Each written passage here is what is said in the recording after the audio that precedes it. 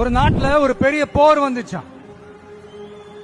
அப்ப அந்த நாட்டுல இந்த பவர்ஃபுல்லான தலைமை இல்லாம போனதுனால ஒரு பச்சை புள்ள கையில தான் அந்த பொறுப்பு இருந்துச்சான். அதனால அந்த நாட்டுல இருந்த அந்த பெருந்தலைகள்லாம் ரொம்ப பயந்துகிட்டு இருந்தாங்களாம். அந்த சின்ன பையன் அந்த நாட்டோட படையை நடத்துற பொறுப்பை ஏத்துக்கிட்டு போர்க்களம் போலாம்னு சொன்னானா.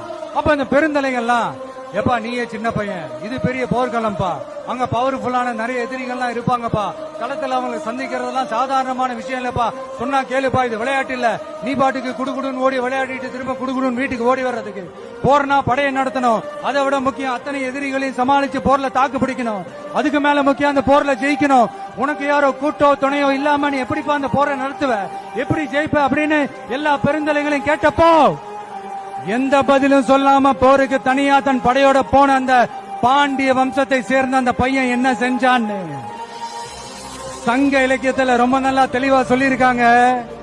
படிக்காதவங்க படிச்சு தெரிஞ்சுக்கங்க, இல்லனா படிச்சவங்க கிட்ட கேட்டு தெரிஞ்சுக்கங்க. ஆனா கெட்ட பையன் சார் அந்த சின்ன பையன்.